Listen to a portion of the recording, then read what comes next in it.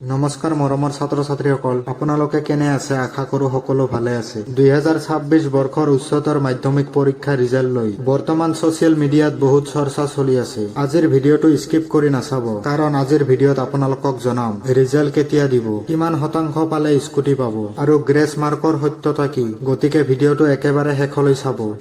প্ৰথমে আহো ৰিজাল্টৰ তাৰিখৰ কথালৈ। আপোনালোকে হয়তো দেখিছে 13 এপ্ৰিল বুলি এটা তাৰিখ ঘূৰি আছে, কিন্তু মৰমৰ ছাত্ৰ ছাত্ৰীসকল মন কৰিব, এতিয়ালৈকে কোনো অফিচিয়েল ঘোষণা হোৱা নাই। সাধাৰণতে অসম উচ্চতৰ মাধ্যমিক শিক্ষা সংসদে এপ্ৰিলৰ শেষ বা মে মাহৰ আৰম্ভণিতে ৰিজাল্ট দিয়ে। যোৱা বছৰতো একে ট্ৰেণ্ড দেখা গৈছে। গতিকে মোৰ আপোনালোকক পৰামৰ্শ, উৰা বাতৰি বিশ্বাস নকৰিব। এতিয়া আহো ডক্টৰ বাণীকান্ত কাকতি স্কুটি আঁচনি। চৰকাৰে মেধাৱী ছাত্ৰ ছাত্ৰীক উৎসাহিত কৰিবলৈ এই আঁচনি দিয়া হয়। ছাত্ৰীসকলৰ বাবে 65 বা তাৰ ওপৰত থাকিলে স্কুটি প্ৰদান কৰা হয়। ছাত্ৰসকলৰ বাবে 80%ৰ ওপৰত থাকিব লাগিব। এইটো আগৰ নিয়ম, কিন্তু এইবাৰ কাট অফ সলনি হ'ব পাৰে নেকি, এইটো এতিয়াও নিশ্চিত হোৱা নাই। স্কুটি পোৱাৰ বাবে লাগিব এডমিট কাৰ্ড, মাৰ্কশ্বিট, আধাৰ কাৰ্ড, বেংক ডিটেইলছ। অনলাইন আবেদন কৰিব লাগিব। এতিয়া গুৰুত্বপূৰ্ণ বিষয়, আপোনালোকে হয়তো বহুত ভিডিঅ'ত দেখিছে সকলোকে গ্ৰেছ মাৰ্ক দিব বুলি। এইটো সম্পূৰ্ণ ভুল।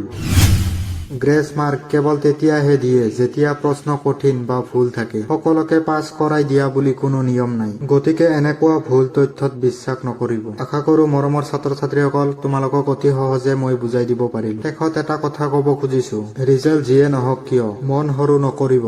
স্কুটি পালে ভাল কথা, নাপালেও জীৱন শেষ নহয়। আগলৈ বহু সুযোগ আহিব। আমাৰ চেনেলত আগলৈ কেৰিয়াৰ আৰু গাইডেন্স ভিডিঅ' আহিব। ভিডিঅ'টো ভাল লাগিলে এটা লাইক কৰক আৰু তোমাৰ বন্ধু বৰ্গৰ লগত শ্বেয়াৰ কৰক। এটা কমেন্ট কৰি জনাব আপুনি কিমান শতাংশ আশা কৰিছে। আপুনি স্কুটি পাবনে নাই কমেন্টত ইয়েছ বা ন লিখক। মৰমৰ ছাত্ৰ ছাত্ৰীসকল, ভিডিঅ'টো এইখিনিতে সমাপ্ত কৰিছো। দেখা পাম আকৌ নতুন ভিডিঅ'ত। ধন্যবাদ।